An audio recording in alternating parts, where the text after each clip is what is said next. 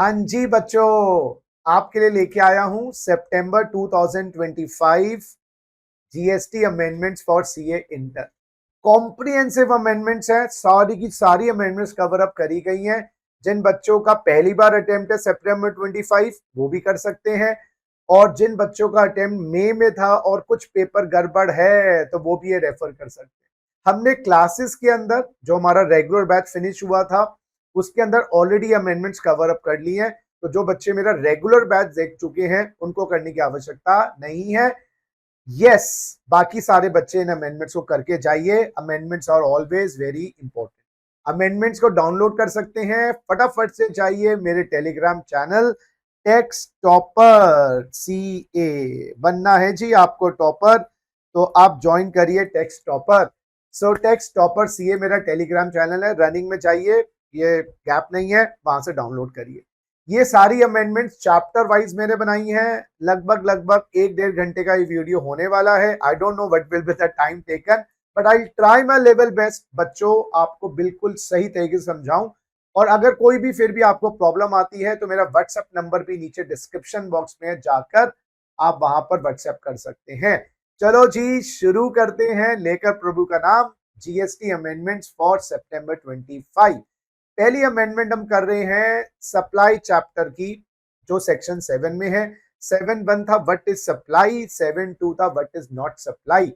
7.2 के जो केसेस हैं वो शेड्यूल आपके 3 में दिए हुए हैं। नो सप्लाई के केसेस वहां पर था, services by employee to employer in the course of furtherance of the employment, services by MP MLA and local bodies के जो पर्संस हैं। उसमें 2 नए केसेस और इंसर्ट किए गए हैं 1 नवंबर 2024। 2 नए केसेस और आए हैं। यस, जितने भी आपने केसेस पहले पढ़े थे अप्रोक्सीमेटली 6 के आसपास थे, अब उसमें 2 केसेस और डाल दिए। ये 2 एक्टिविटीज भी सप्लाई नहीं मानी जाएंगी। पहली एक्टिविटी आती है बेटा इंश्योरेंस सेक्टर के अंदर। आपने देखा होगा बड़ी बड़ी कंपनियां इंश्योरेंस करती हैं, मैक्स हो गई, बजाज हो गई, टाटा AIG हो गई। ये जो कंपनियां इंश्योरेंस करती हैं उसमें रिस्क बहुत इन्वॉल्व होता है। यस, जैसे अभी आपने हाल के दिन में ही बहुत ही दुखद घटना, वो एयर इंडिया का ड्रीम लाइनर क्रैश देखा, उसके अंदर भी इंश्योरेंस के अब बहुत ज्यादा क्लेम्स होने वाले हैं। तो इंश्योरेंस कंपनीज इतना ज्यादा क्लेम देती हैं तो अब क्लेम तो देना ही पड़ेगा। वो उस क्लेम के अमाउंट को कम बर्डन पड़े तो री इंश्योर करवा लेती है। जैसे जस्ट लाइक मेरे पास बहुत बड़ा काम आया 10 लाख रुपए का, अब मैं सोच रहा हूँ मैं अकेले काम करूंगा तो मेहनत भी बहुत लगेगी, तो मैंने एक बंदे को कहा मैं तुझे 4 लाख दूंगा, 40% तू काम मेरा कर दे। इस बहाने मेरा बर्डन भी कम हो गया और मैंने उसको कुछ रेमुनरेशन दे दी। उसी प्रकार से री इंश्योरेंस का कॉन्सेप्ट काम करता है। Insurance companies insurance companies ensure करती हैं, और रिस्क ज्यादा ना हो तो वो अपने रिस्क को मिटिगेट करने के लिए, रिस्क को रिड्यूस करने के लिए को इंश्योरेंस कंपनीज को हायर कर लेती है। तो कुछ प्रीमियम का हिस्सा उनको दे देती है। तो जब क्लेम अराइज होगा, पूरा क्लेम मेन इंश्योरेंस कंपनी को नहीं देना पड़ेगा, वो क्लेम का कुछ हिस्सा उनको बोलेंगे भाई तुम शेयर करो। जब तुमने प्रॉफिट में हिस्सेदारी करी है तो लॉसेस में भी हिस्सेदारी करोगे। They like the partners.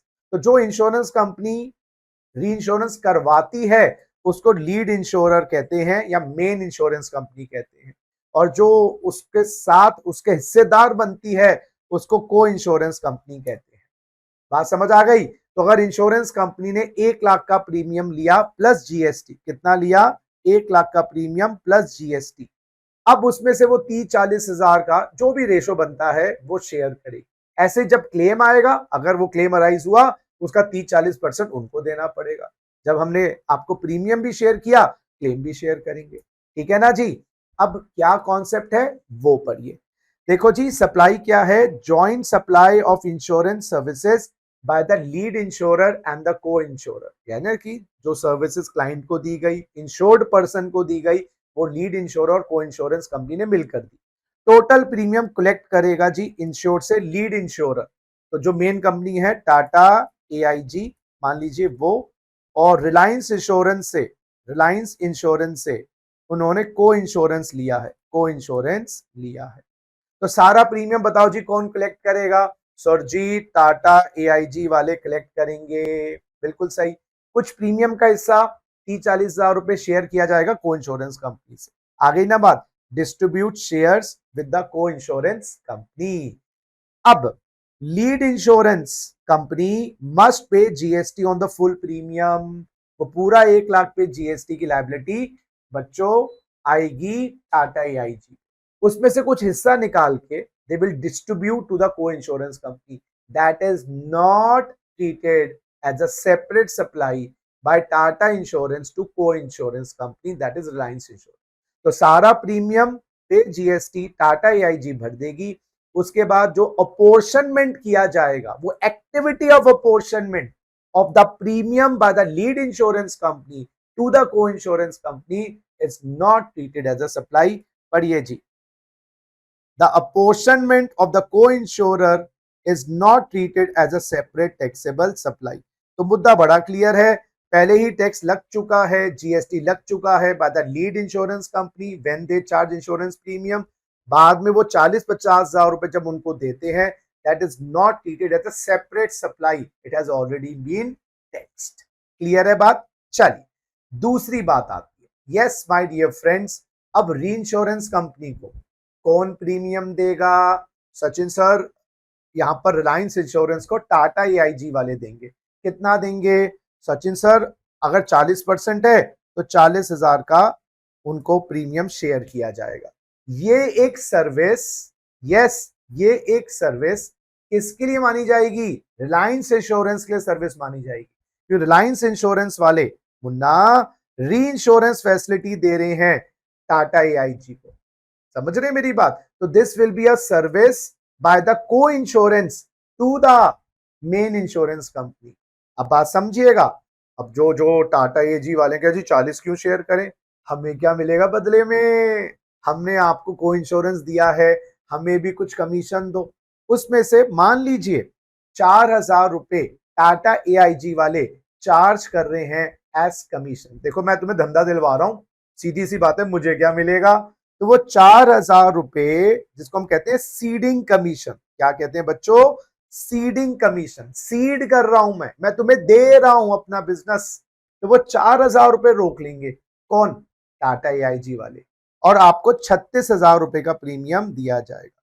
अब लॉ कहता है रिलायंस इंश्योरेंस पूरे 40,000 पे जीएसटी जमा करवाएंगे, वो 4,000 काट के नहीं। तो पूरा जो ग्रॉस री इंश्योरेंस प्रीमियम मिलेगा that will be a taxable service by Reliance Insurance to Tata AIG and they will pay GST on the entire 40,000।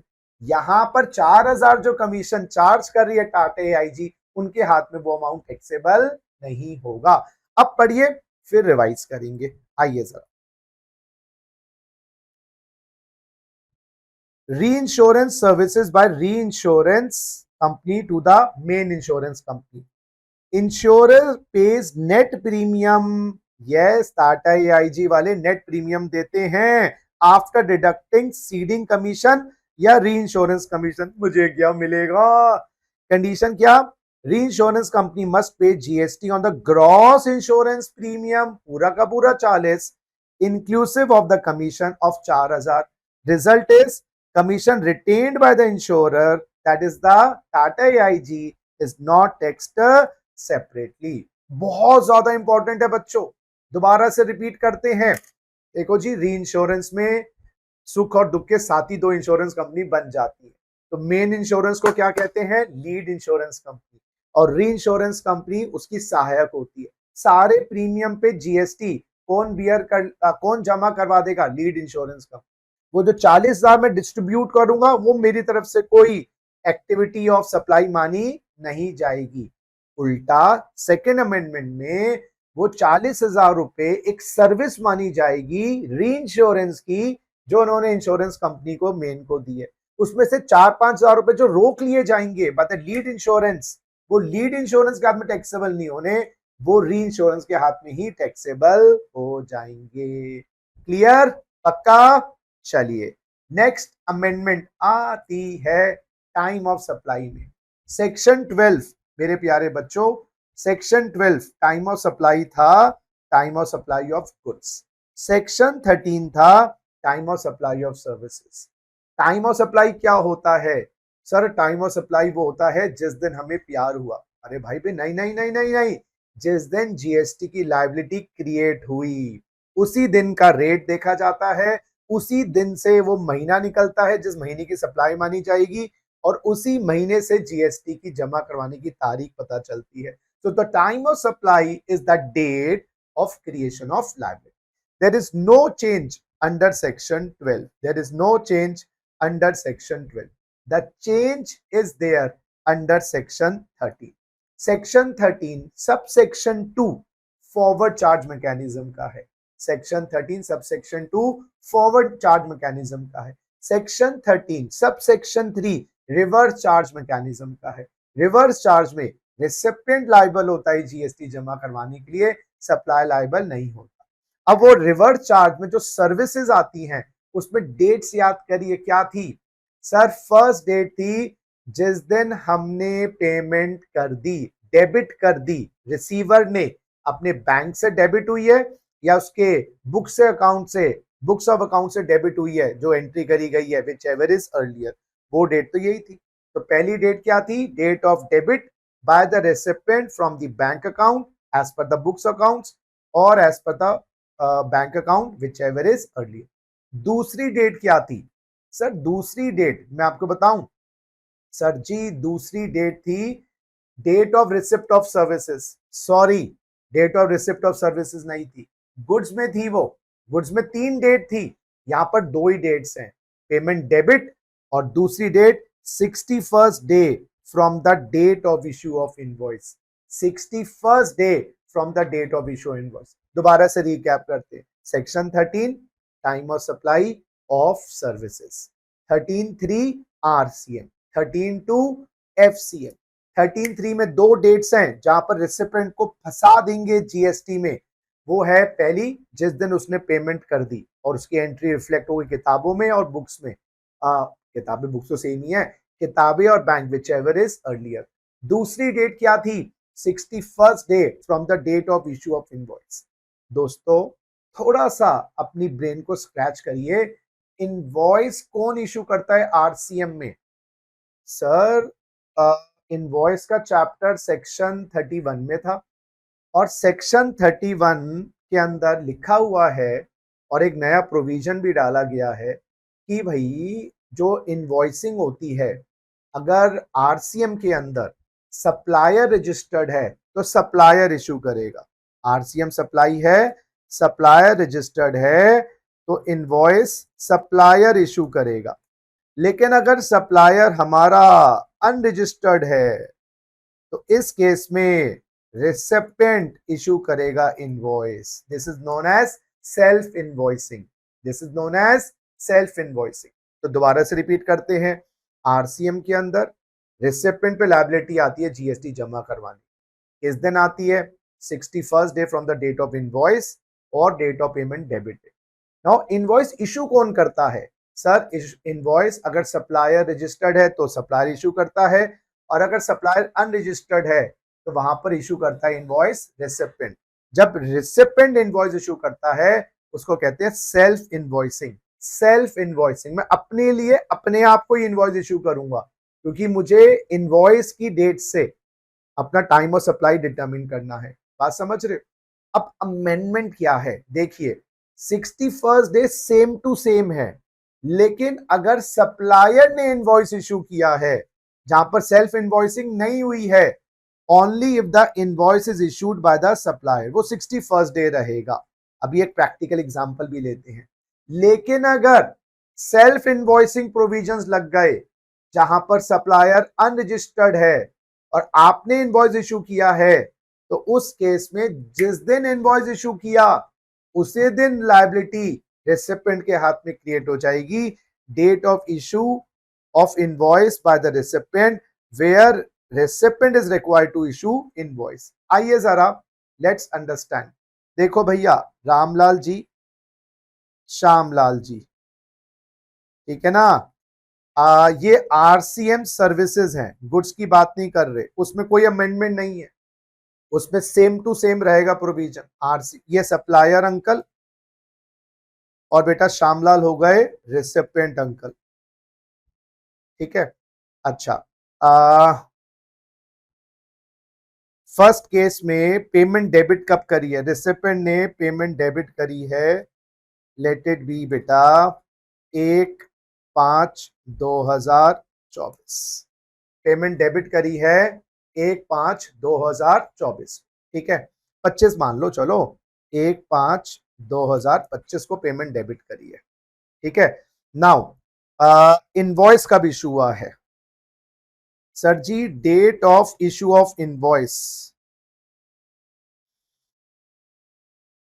वो हुआ है, मान लीजिए मेरे प्यारे बच्चों 25/4/2025।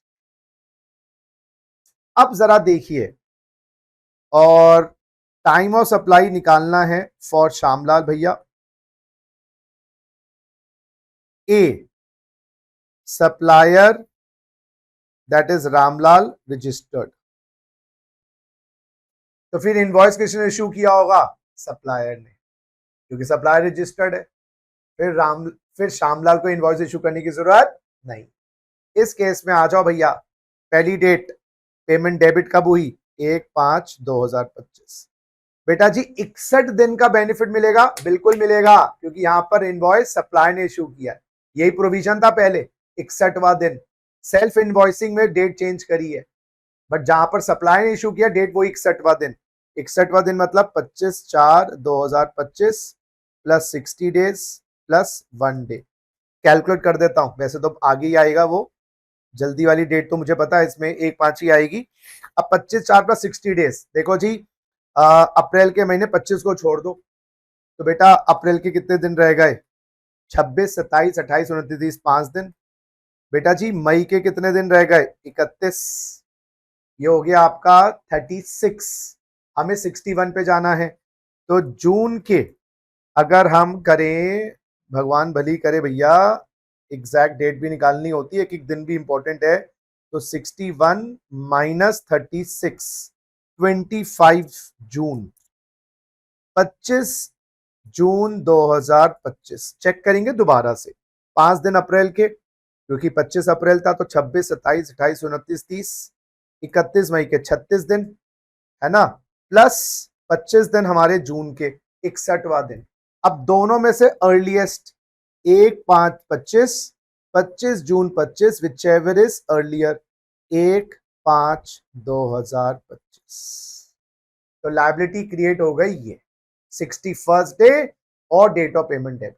अब जरा एज्यूम करिए supplier that is Ramlal unregistered है, रामलाल इज अनरजिस्टर्ड।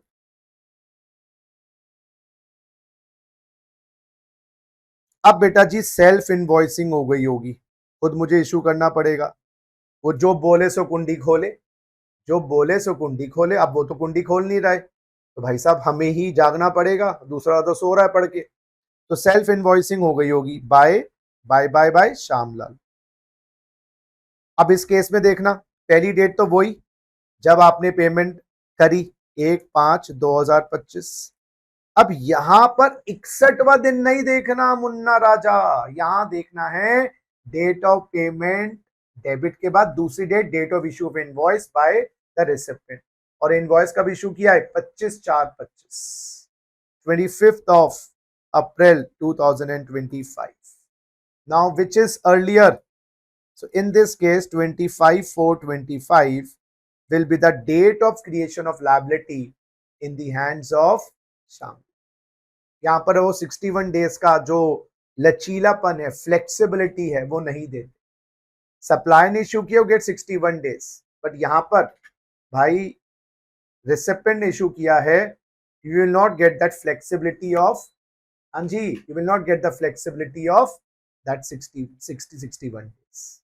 लेकिन बेटा आरसीएम गुड्स के केस में 3 डेट्स थी, 12 subsection 3, date of receipt of goods, date of payment debited by the recipient, 31 days from the date of issue of invoice, वहां पर self invoicing हो या सप्लायर ने ही इनवॉइस इशू किया हो, 31 डेज चलेंगे।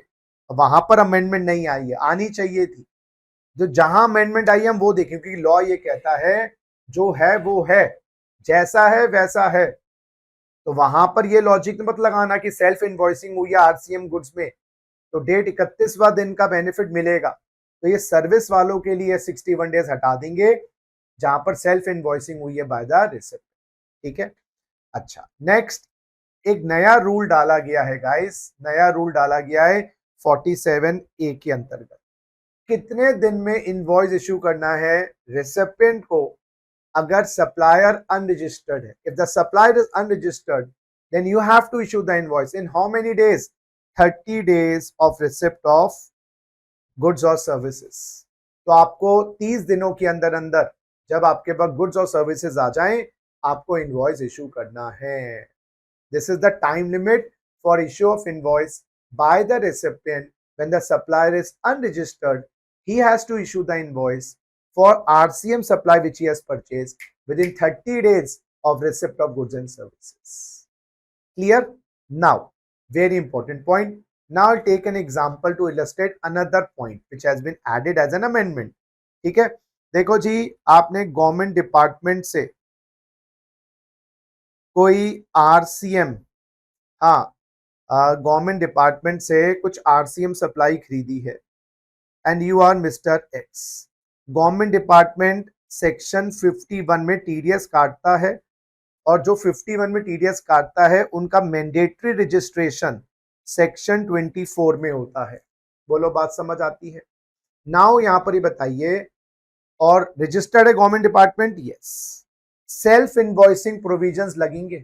बताइए, यहां पर मिस्टर एक्स के हाथ में सेल्फ इनवॉइसिंग प्रोविजंस लगेंगे क्योंकि उन्होंने रजिस्टर्ड पर्सन जो सप्लायर है गवर्नमेंट डिपार्टमेंट उससे आरसीएम सप्लाई ली है।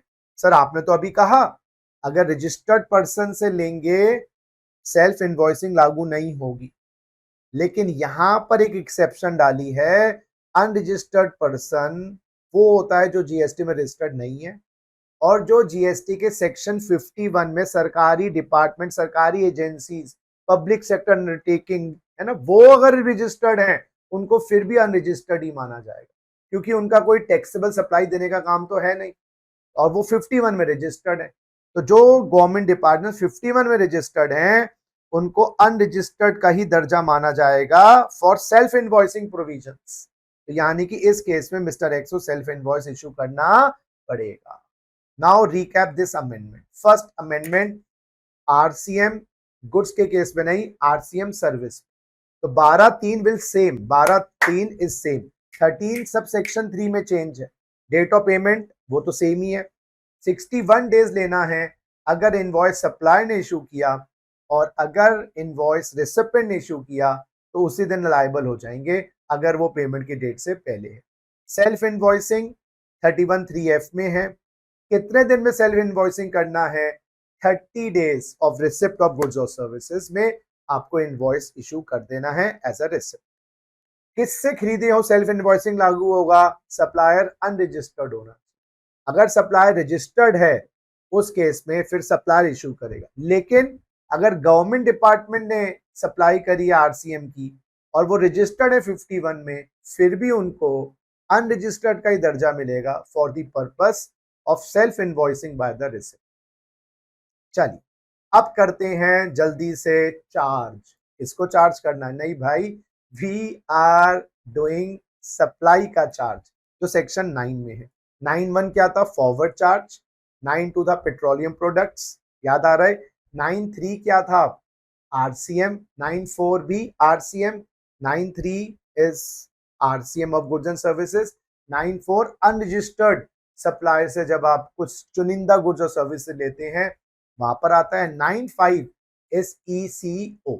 9(1) में जब चार्ज लगाया जाता है सीजीएसटी एक्ट में, उसमें लिखा हुआ है CGST shall be applicable on supply of intra state goods और सर्विसेज और both except alcoholic liquor for human consumption. Alcoholic liquor for human consumption is not chargeable under GST.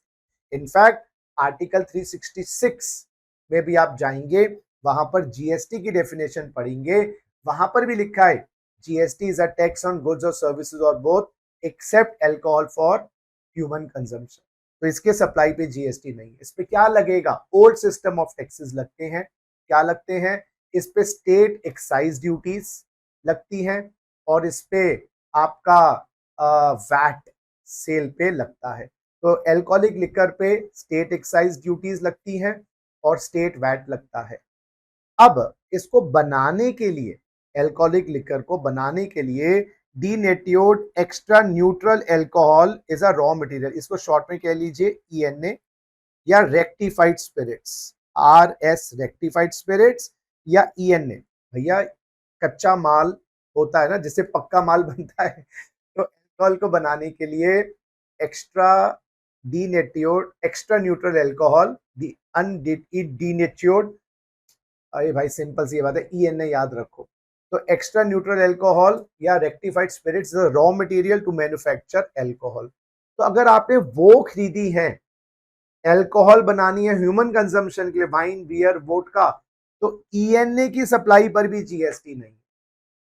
तो ह्यूमन कंजम्पशन की alcohol की supply पे तो GST है ही नहीं, उसके रॉ मटेरियल जो होता है ईएनए या रेक्टिफाइड स्पिरिट, उस पे भी नहीं है। ये बात को अमेंड करके डाला गया है। अच्छा, अगर alcoholic liquor for industrial consumption है, extra alcoholic liquor for industrial consumption है, उसके सप्लाई पे जीएसटी है। उसके लिए ईएनए खरीदा है, उसके सप्लाई पे भी सप्लाई ने जीएसटी लगाया होगा। समझ गए मेरी बात? तो अगर alcoholic liquor for human consumption है, नॉन टैक्सेबल सप्लाई है, दारू हिंदी में बोले तो, दारू के बनाने के लिए जो ईएनए रॉ मटेरियल कच्चा माल होता है, उस पे भी जीएसटी नहीं है। तो ये क्लैरिफिकेशन अमेंडमेंट के रूप में डाला गया है, कंफ्यूजन ना रहे, क्योंकि मना तो किसको किया गया है? दारू को मना किया गया है। अगर आपको एक और बात याद आएगी, उस दारू के ठेके के लिए जो लाइसेंस होता है स्टेट गवर्नमेंट द्वारा, वो उसके ऊपर भी जीएसटी नहीं लगता है। वो 7(2) में बात लिखी हुई है, नो सप्लाई वाले जो केसेस होते हैं। ठीक है, चलिए क्लियर, नो डाउट। चलिए next, reverse charge mechanism. Reverse charge mechanism आता है section 9 subsection 3। Reverse charge mechanism में हु इज लायबल टू पे GST? Recipient is liable to pay GST. Who is liable to pay GST? Recipient is liable to pay GST. उसकी approximately 21-22 services हमारे syllabus का part है। याद आ रहा है? इसमें वो आर्बिट्रल ट्रिब्यूनल की सर्विसेज, यस सर कुछ कुछ याद आ रहा है, एडवोकेट की सर्विसेज। और आपकी खुशी के लिए एक बात और डिक्लेयर कर रहा हूं, जल्दी आने वाली हैं सितंबर 25 की revision classes. Yes my dear friends, जल्दी आने वाली हैं सितंबर 25 की revision classes for income tax and GST. आगे आने वाले लेक्चर्स में बताने वाला हूं, दिनों में बताने वाला हूं कैसे ज्वाइन कर सकते हैं। सो आरसीएम 9(3) में आता है और हमने बहुत सारा आरसीएम की बात करी थी। उसमें 2 जगह आरसीएम की सर्विसेज में अमेंडमेंट्स आई है। स्पॉन्सरशिप की सर्विसेज याद है, जो इवेंट ऑर्गेनाइजर्स होते हैं वो स्पॉन्सरशिप की सर्विसेज देते हैं, और उसके अंदर आरसीएम था अगर वो स्पॉन्सरशिप सर्विसेज लेने वाली entity is a body corporate और a firm located in taxable territory. So event organiser provide sponsorship services to a body corporate और अ पार्टनरशिप फर्म। ठीक है ना बात? अब अमेंडमेंट क्या आई है, वो स्पॉन्सरशिप सर्विसेज आरसीएम में जब ही आएंगी अगर वो नॉन बॉडी कॉर्पोरेट द्वारा हो। तो अगर इवेंट ऑर्गेनाइजर कोई कंपनी है, जैसे सचिन गुप्ता लिमिटेड, हम इवेंट ऑर्गेनाइज करवा रहे हैं अपनी कंपनी के लिए, सचिन गुप्ता लिमिटेड, और पेप्सी स्पॉन्सर कर रही है, सचिन गुप्ता लिमिटेड, और उसको पेप्सी हमें पैसा दे रही है। तो सचिन गुप्ता लिमिटेड तो कंपनी है, तो हमने उनसे स्पॉन्सरशिप फीस कितनी मांगी है? 1 करोड़ की। जीएसटी मान लीजिए उस पे 18% का है। तो बेटा जी इस केस के अंदर आरसीएम नहीं लगेगा, चाहे रिसिपेंट आपकी बॉडी कॉर्पोरेट है। अभी तक तो यही था कि जो ऑर्गेनाइजर है वो कंपनी हो, इंडिविजुअल हो, फर्म हो, डजंट मैटर, ऑर्गेनाइजर का स्टेटस नहीं देखते थे आरसीएम में, रिसिपेंट का स्टेटस देखते थे। अब दोनों देखना पड़ेगा आरसीएम में कि रेसिपेंट हो बॉडी कॉर्पोरेट या फर्म। हाँ, फर्म में एलएलपी भी आ जाएगा, बॉडी कॉर्पोरेट और फर्म, फर्म में एलएलपी या पार्टनरशिप फर्म, और सप्लायर जो है, जो इवेंट करवा रहा है, वो नॉन बॉडी कॉर्पोरेट। अच्छा, बॉडी कॉर्पोरेट में कंपनीज आ जाएंगी और कोऑपरेटिव सोसाइटीज नहीं आएंगी, स्टैचुरी कॉर्पोरेशंस भी आ जाएंगी, ठीक है ना। अब मैं दोबारा से रिपीट करता हूं, Sachin Gupta limited is organizing an event and Pepsi is sponsoring the event. In that case, RCM will not apply. Sachin Gupta Limited will be liable to pay GST or not. लेकिन Sachin Gupta individual is organizing the event and Pepsi is sponsoring my event and I'm charging 50 lakhs for it. In that case, RCM will apply. ठीक है, तो ऐसा कर ले समझने के लिए। सर बड़ी बड़ी मुश्किल चीजें हो जा रही हैं। स्पॉन्सरशिप सर्विसेज, सप्लायर, रेसिपेंट, आप बताना एफसीएम लगेगा, आरसीएम लगेगा। Supplier is individual, recipient is individual. Sir इस केस में तो एफसीएम ही लगेगा, क्योंकि रेसिपेंट तो बॉडी कॉर्पोरेट फॉर्म है ही नहीं। चलो जी, दूसरी बात, supplier individual, recipient company, guys RCM लगेगा। सप्लायर कंपनी, ये इंडिविजुअल, सर एफसीएम लगेगा, क्योंकि जो आपका रेसिपेंट है वो तो इंडिविजुअल ही है। अच्छा जी, कंपनी है ना, और कंपनी को ही सर्विसेज दे रही है, कंपनी को दे रही है, तो बेटा यही तो अमेंडमेंट आ गई। अभी तक तो हम सप्लायर के एंटिटी देखते नहीं थे, अब बेटा जी इस पे एफसीएम ही लगने वाला है।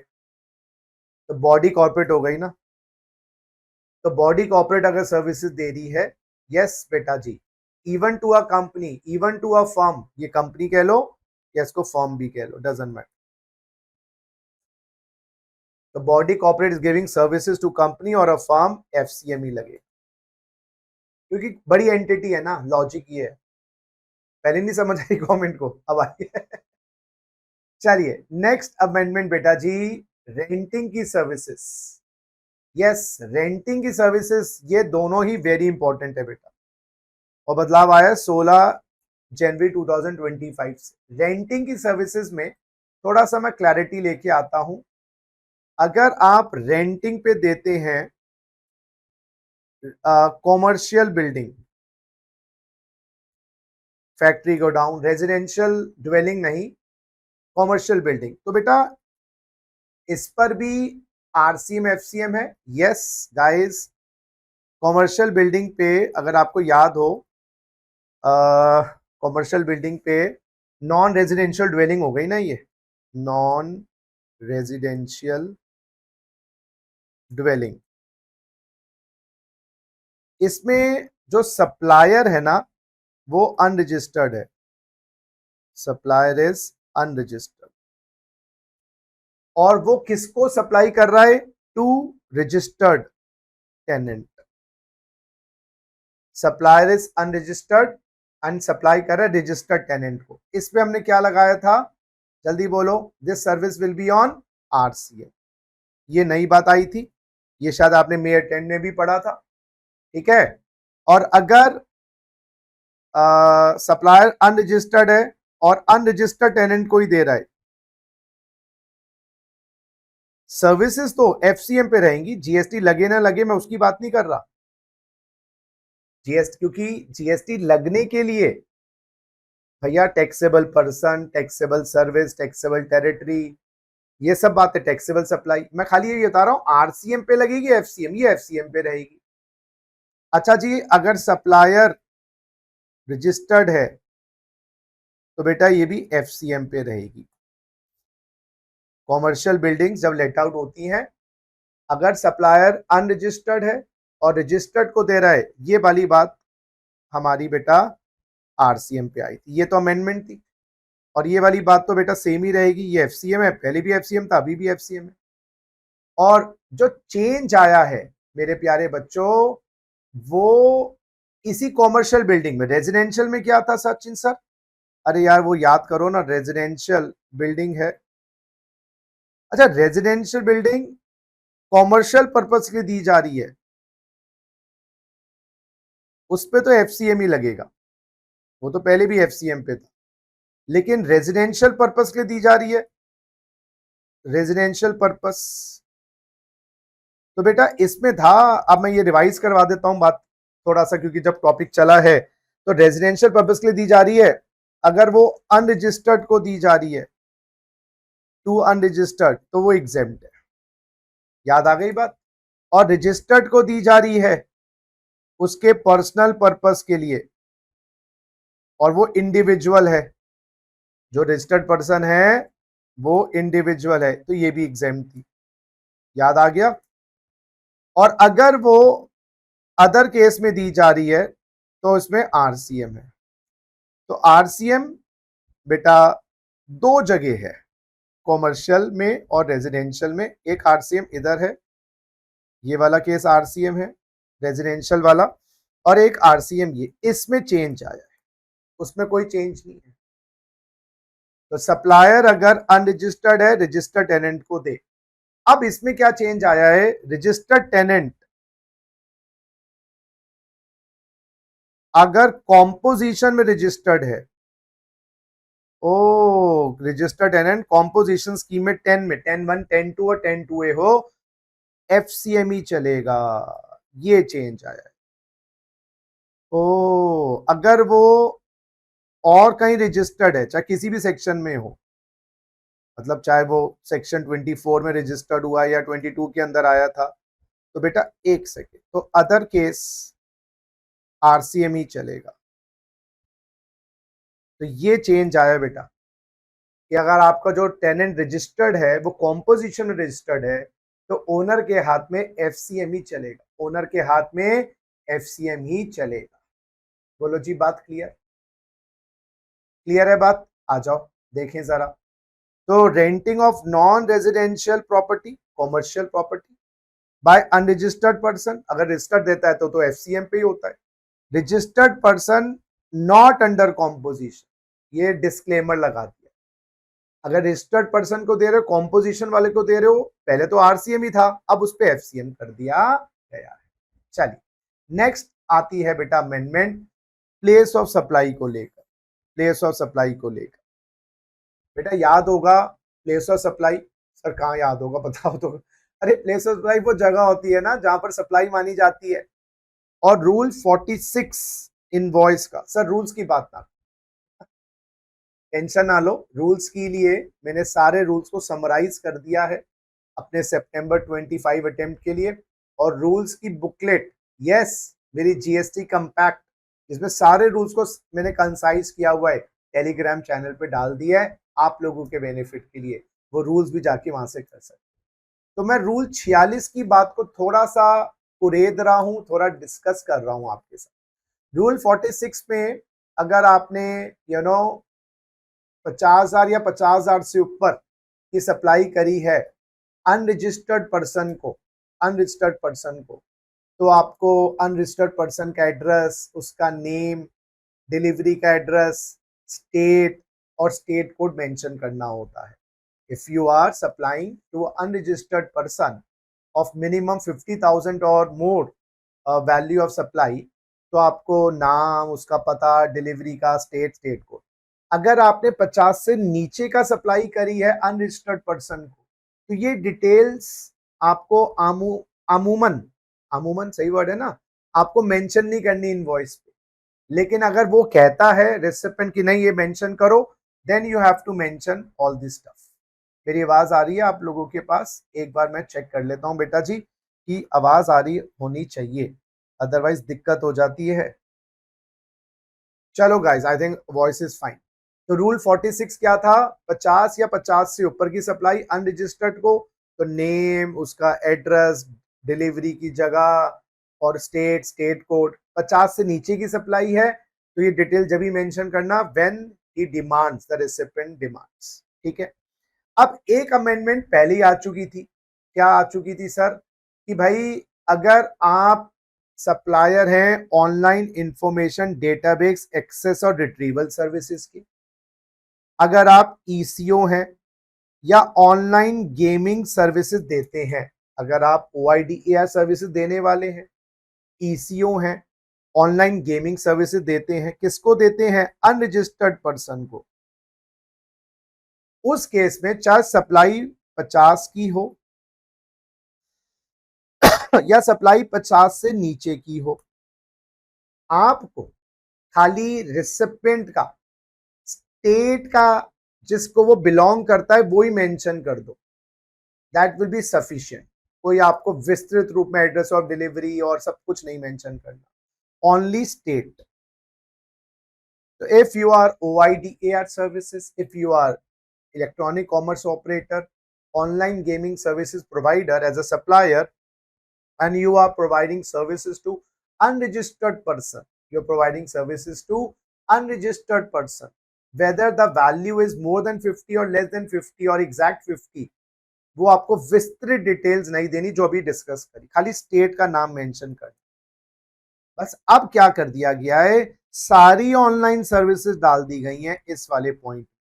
सारी ऑनलाइन सर्विसेज जैसे ई बुक की सर्विसेज हो गई, या ऑनलाइन मैट्रिमोनियल सर्विसेज हो गई, या OTT प्लेटफॉर्म की हो गई, या कोई म्यूजिक की सर्विसेज हो गई, सारी ऑनलाइन सर्विसेज, पहले 3 थी, अब सारी ऑनलाइन सर्विसेज अनरजिस्टर्ड को दी जाती हैं, चाहे 50 से ऊपर हो या 50 तक की हो।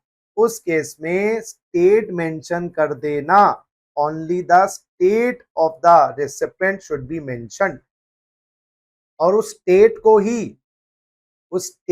ही हम एड्रेस ऑन रिकॉर्ड मानते हैं प्लेस ऑफ सप्लाई के लिए। याद आ गया? Place of supply section 12 subsection 2, when you are supplying to unregistered person, है ना। और उस केस में जो रेसिपिएंट का एड्रेस होता है वो ही प्लेस ऑफ सप्लाई माना जाता है।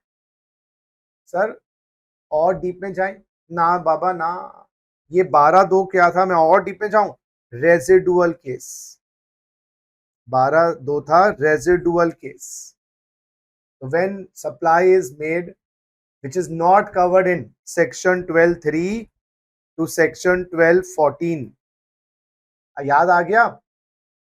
12(3) से 12(14) वो होटल सर्विसेज और आपकी ट्रांसपोर्टेशन सर्विसेज, टेलीकम्युनिकेशन सर्विसेज, वो सब वाले केसेस ना हो। जैसे सीए की सर्विस अपने क्लाइंट को दे रहे हैं, सीए अपने क्लाइंट को सर्विस दे रहा है, उस केस में 12(2) में टाइम ऑफ सप्लाई लगता है। और 12(2) में क्या लिखा था? रजिस्टर्ड को दे रहे हो तो बेटा जगह जहां पर वो रजिस्टर्ड है वो मानी जाती है। अनरजिस्टर्ड को दे रहे हो तो क्या माना जाता है? उसका एड्रेस जो मेरे पास रिकॉर्ड्स में है। और हमने पढ़ लिया कि अनरजिस्टर्ड का जो स्टेट है वो ही एड्रेस माना जाता है। Invoice must mention recipient state deemed as address. तो थोड़ा सा एक बार सर रिकैप कर दो भाई, सुनो मेरी बात, बड़ी सिंपल सी बात है। मैं OIDAR वाला हूँ, मैं ECO हूँ, मैं ऑनलाइन गेमिंग हूँ, मैं अनरजिस्टर्ड पर्सन को सप्लाई करता हूँ, 50 से नीचे, 50 की 50 से ऊपर, उसका स्टेट मेंशन कर दूं इनवॉइस में, वो ही एड्रेस मान लिया जाएगा उसका। इसमें अमेंडमेंट आ गई है, ऑनलाइन सारी सर्विसेज कवर कर, तो जितनी भी सर्विसेज ऑनलाइन है अनरजिस्टर्ड को दी जाएं तो उसका स्टेट मेंशन कर देना, और वो ही स्टेट प्लेस ऑफ सप्लाई मान लिया जाएगा। 12 वही स्टेट, क्योंकि वही प्लेस ऑफ सप्लाई है। क्लियर? पक्का? चल नेक्स्ट अमेंडमेंट आती है Munna party, input tax credit.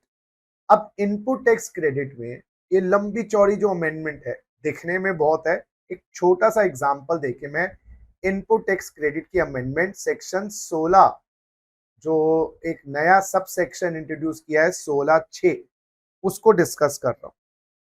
16(6) की बात कर रहा हूँ। 16(1) क्या था?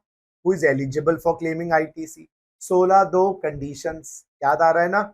16(3) कैपिटल गुड्स पे डेप्रिसिएशन जब लेना है तो टैक्स को हटाकर लेना इनकम टैक्स में। 16(4) टाइम लिमिट। ठीक है, अब एक मजे की बात देखिए, आपका जो डेट ऑफ इनवॉइस है, डेट ऑफ इनवॉइस है वो है मेरे प्यारे बच्चों 15/3 2025 का डेट ऑफ इनवॉइस है 15/3/2025 का, ठीक है। उस पे आपका क्रेडिट बनता होगा। तो बेटा जी 15/3/2025 का जो इनवॉइस है उसका टाइम लिमिट क्या है क्रेडिट लेने की? 16/6 की बात अभी छोड़ दो सर, उसकी 16/4 के हिसाब से टाइम लिमिट है सर जी उस फाइनेंशियल ईयर के अगले साल का, बोलो बोलो, 30 नवंबर तक, 30 November of the next financial year, 30 नवंबर 2025। और फाइनेंशियल ईयर, ये कौन सा फाइनेंशियल ईयर है? 24-25 की एनुअल रिटर्न फाइल कर दी whichever is earlier. GSTR 9 में एनुअल रिटर्न जाती है ना। एनुअल रिटर्न कब फाइल कर दी? 31 अगस्त 2025 एज्यूम कर रहे हैं एग्जाम। तो आपकी जो लास्ट डेट है क्रेडिट लेने की 15/3/2025 के इनवॉइस की, वो है 31 अगस्त 2025। बोलो हाँ या ना। अब बेटा जी क्या हुआ, आपने क्रेडिट लेने ही वाले थे, अभी हो सकता है गुड्स आए ना हो, आपका रजिस्ट्रेशन कैंसिल्ड हो गया। अरे बाबा, कैंसिल्ड हो गया। कब कैंसिल हो गया? मान लीजिए 1 अप्रैल 2025 को ही हो गया। ले तो सकते थे, आप अगले महीने भी ले सकते थे, लेकिन लास्ट डेट है ना ये, तो this is the last date. अब कैंसिल हो गया तो रिटर्न जाना बंद हो गई, है ना। अब रजिस्ट्रेशन रिवोक हो गया, रजिस्ट्रेशन रिवोक हो गया। सेक्शन 29 में कैंसिलेशन था, याद आ रहा है ना, और 30 में रिवोकेशन था। रिवोक हो गया। कब रिवोक हुआ बेटा जी? रिवोक हुआ है 1 दिसंबर 2025 को। जो कैंसिलेशन है वो रिवोक हो गया 1 दिसंबर 25। अरे बाबा, मेरी तो टाइम लिमिट ही खत्म हो गई क्रेडिट लेने की। लेकिन क्या रजिस्ट्रेशन कैंसिल होने से पहले क्या एलिजिबल तो था ना मैं क्रेडिट लेने का? हाँ, अगर रजिस्ट्रेशन मेरा कैंसिल 1 मार्च को ही हो जाता, इनवॉइस तो बात का है, फिर क्रेडिट कैसे लेता? लेकिन ये इनवॉइस तो मेरा रजिस्ट्रेशन के टाइम का है, तो I was eligible, but time has expired. तो गवर्नमेंट ने कहा देखिए इस वाले इनवॉइस की जो टाइम लिमिट है, ये तो टाइम बेस्ड कंडीशन है ना, टाइम बेस्ड कंडीशन है ना, 16/4 की तो टाइम बेस्ड कंडीशन है। अब गवर्नमेंट कहती है आपको 30 दिनों के अंदर अंदर, यस मेरे प्यारे बच्चों, रिवोकेशन से 30 दिनों के अंदर अंदर आप सारी अपनी पेंडिंग रिटर्न्स फाइल करिए कैंसिलेशन से, डेट ऑफ रिवोकेशन से। So you need to file within 30 days फ्रॉम 1/12/2025। 30 डेज के अंदर अंदर आप अपनी पेंडिंग रिटर्न्स फाइल करिए 30 डेज के अंदर अंदर। तो ये आपका 30 डेज 1/12 से 31 दिसंबर 2025 हो गया। 31 दिसंबर 2025। तो दोबारा से कहानी देखिए बेटा, इनवॉइस की डेट थी आपकी 15/3/2025, फाइनेंशियल ईयर 24-25। इसकी last date for claiming credit as per the condition of 16/4 30/11/25 और annual return filing whichever is earlier 31 अगस्त। लेकिन तुम क्या करते, रिटर्न फाइल ही नहीं कर सकते, रजिस्ट्रेशन हमारी महामहिम ने कैंसिल कर दिया। अब रिवोक हो गया, तुम जीत गए कि तुमने अप्लाई किया होगा, सारी कंडीशन पूरी हो गई। अब तुम्हें पेंडिंग रिटर्न्स फाइल करनी है, वो 30 डेज फ्रॉम 1/12 फाइल करनी है, तो वो अप्रोक्सीमेटली हो गया 31/12/2025। अब 16/6 कहता है ये 31/12/25 तक वो 15/3/25 वाला क्रेडिट ले सकते हो। ये टाइम बेस्ड कंडीशन आपको, और ये रिवोकेशन बेस्ड कंडीशन नहीं दे दी है, whichever is later, revocation based condition.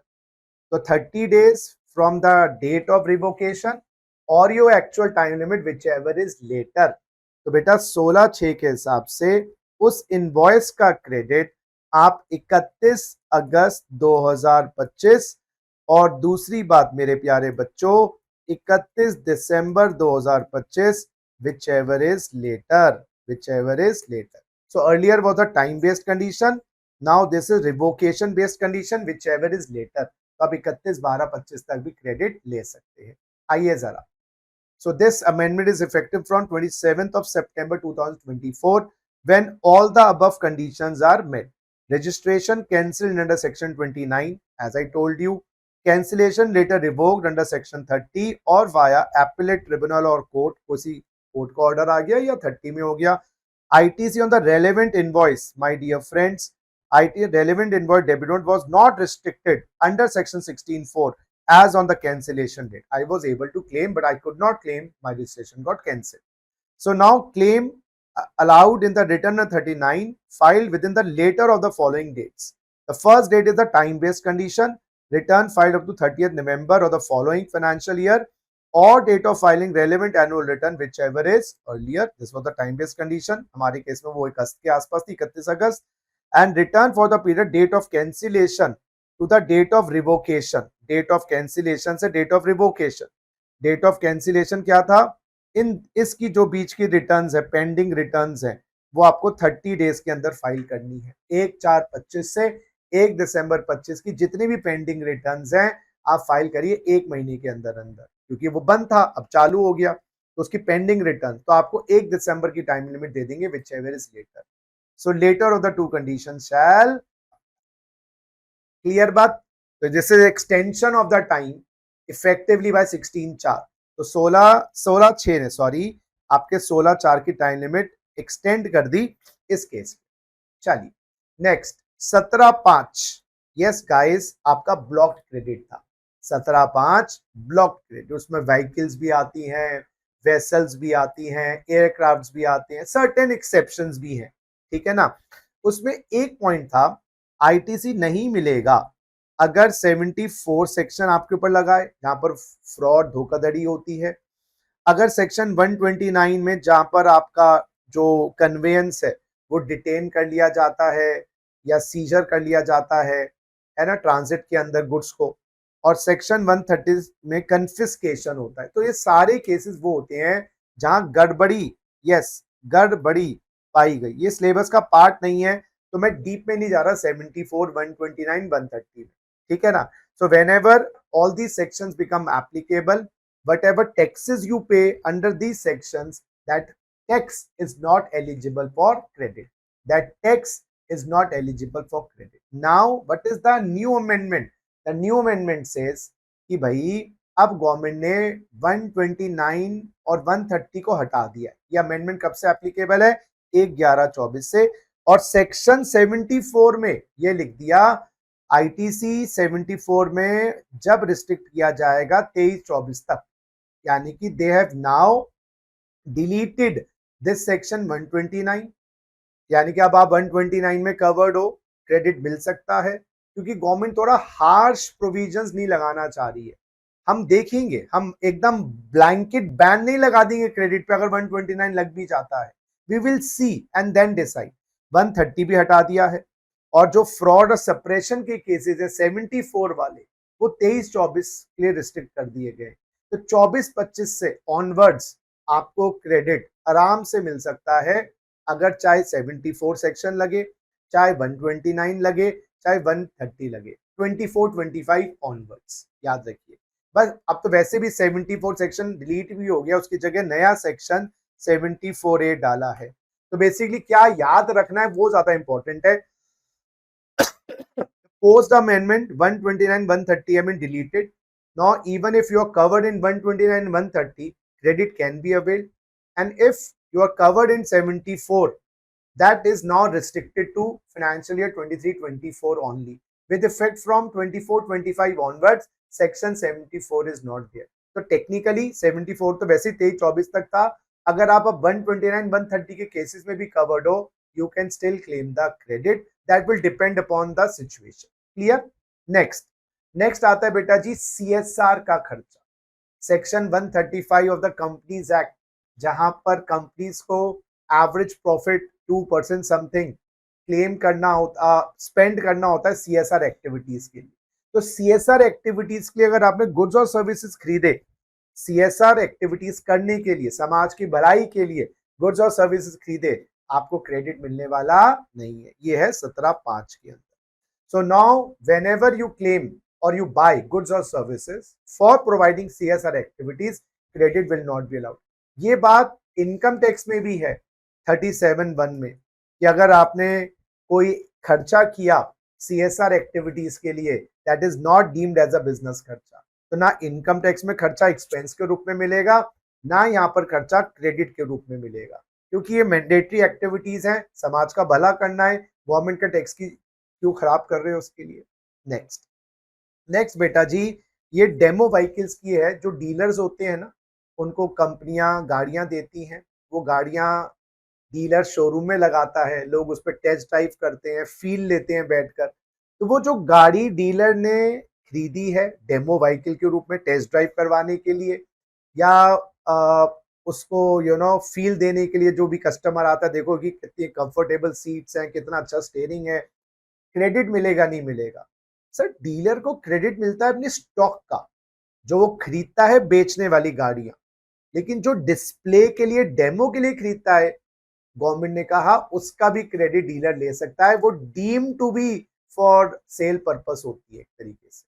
अच्छा, तो ये कंफ्यूजन थी कि डीलर सर ने, जैसे आपकी कॉम्पिटेंट ऑटोमोबाइल्स है, वो मारुति का डीलर है ना, रिंग रोड होंडा, एक होंडा का डीलर होता था हमारे टाइम का, पता नहीं but is the real situation. I मतलब वो डीलरशिप बदल भी रही है।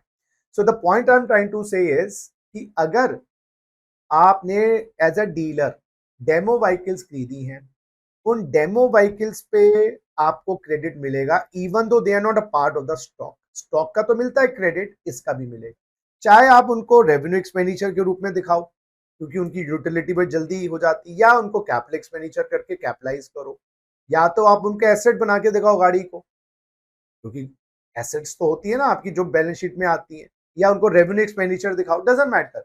So whether you show the car as a revenue expenditure or as a capital expenditure, you will get the credit.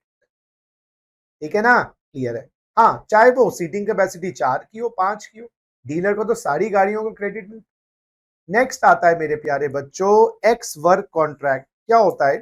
जैसे हुंडई वाले हैं, ठीक है सर, वो गाड़ियां मैन्युफैक्चर करते हैं और डीलर उनसे, मेरे प्यारे बच्चों, गाड़ियां परचेज करते हैं, डीलर उनसे गाड़ियां परचेज करते हैं। तो बेटा जी, डिलीवरी हुंडई वालों ने हैंड ओवर कर दी, वो ट्रक आया डीलर का, बड़ी बड़ी गाड़ियां, उसमें 4-5 गाड़ियां जाएंगी, हैंड ओवर कर दिया है 15/4/2025 को। बेटा जी, डीलर के शोरूम में पहुंची गाड़ियां 16/4/25 को। सो फैक्ट्री का जो गेट होता है, उसको स्टॉक की डिलीवरी दे दी है डीलर को 15/4/24 को, और डीलर के पास पहुंची है वो गाड़ी 16/4। हमने आईटीसी लेने के लिए 16/2 के अंदर कंडीशन पड़ी थी, ही हैज रिसीव्ड गुड्स और सर्विसेज, जिस पे आपको क्रेडिट लेना है वो गुड्स और सर्विसेज मिल गए हो, गुड्स और सर्विसेज मिल गए हो। तो किस दिन मिले, 15/4 को या 16/4 को? टेक्निकल पॉइंट है, लॉ ने कहा 15/4 ही माना जाएगा। अच्छा, यानी कि एक्चुअल जब आपको मिले वो डीम्ड रिसिप्ट है। पढ़िए जरा, ITC allowed once goods handed by original equipment manufacturer, ये जो इक्विपमेंट मैन्युफैक्चरर है ना हुंडई वाले, वो टू ट्रांसपोर्टर, वो जो डीलर का जो ट्रांसपोर्टर होगा जिसके थ्रू वो गाड़ियां डीलर के पहुंचेंगी, तो ट्रांसपोर्टर को गाड़ियां हुंडई वालों ने दे दी 15/4 को फैक्ट्री गेट के बाहर, and not till the date of actual delivery, not till the date of actual delivery। तो 15/4 को बेटा जी डीलर को गुड्स मिल गए, जिस दिन हुंडई मैन्युफैक्चरर ने ट्रांसपोर्टर को दे दिए। तो फैक्ट्री खोली, गेट खोला, ट्रक में रखवा दिए उनके, वो बड़े बड़े जो होते हैं ना कंटेनर वाले ट्रक्स, तो उस दिन हम मान लेंगे डीलर को मिल गए। क्लियर है? तो एक्चुअल डिलीवरी की वेट नहीं करेंगे, डीम्ड डिलीवरी हो जाएगी जिस दिन हुंडई होंडा ने वो गाड़ियां ट्रांसपोर्टर को दी। चलिए नेक्स्ट आते हैं बेटा जी, सेक्शन 11A, नया सेक्शन इंसर्ट किया गया है। सेक्शन 11 तो था एग्जेम्पशंस का, पब्लिक इंटरेस्ट में बाय नोटिफिकेशन और स्पेशल ऑर्डर गवर्नमेंट एग्जेम्प्ट कर सकती है गुड्स और सर्विसेज को। देखो जी, नया सेक्शन डाला गया है 1 नवंबर 24 से, 1 नवंबर 24 से नया सेक्शन डाला गया है 11A। इसमें क्या पॉइंट है, देखो जीएसटी एक नया टैक्स है, 1/7/2017 से आया था। जीएसटी एक नया टैक्स है, 1/7/2017 से आया था। अब नया टैक्स है तो पुरानी कुछ प्रथाएं, प्रैक्टिसेस वो चलती हैं, लोग उसके हिसाब से काम करते रहे। अब उनको नहीं पता था कि जीएसटी में वो प्रैक्टिस, वो एक्टिविटी भी टैक्सेबल हो गई। बात समझ रहे हैं? तो अब जब गवर्नमेंट ने कहा ना ना ना, जीएसटी तो 1/7/17 से लग चुका है, और गवर्नमेंट को ये बात रियलाइज हुई, मान लीजिए 1/4/2020 को, या 1/7/2020 मान लो, करीबन 3 साल के बाद, कि 3 साल से जीएसटी लगा ही नहीं उन पे। तो फिर गवर्नमेंट कहती है जी हमारी इंटेंशन तो शुरू से ही थी, ignorance of law is no excuse. देखो जी, लॉ आ चुका है 1/7/17 से, बता चुके कौन सी टैक्सेबल कौन सी एग्जेम्प्ट। तुमने अपनी फिक्शन ऑफ इमेजिनेशन में, इमेजिनेशन मीन्स ट्रेड प्रैक्टिसेस हैं, तुम अपनी ही वर्ल्ड में थे, क्योंकि वो तुम चल रहा था। अभी तक तो उस पर कभी टैक्स था ही नहीं, ना सर्विस टैक्स लगता था। सर्विस टैक्स 1994 में आया था, तो जब से लेकर जीएसटी तक आपको लगा वही प्रोविजन होंगे, तो इग्नोरेंस ऑफ लॉ को एक्सक्यूज नहीं माना जाता।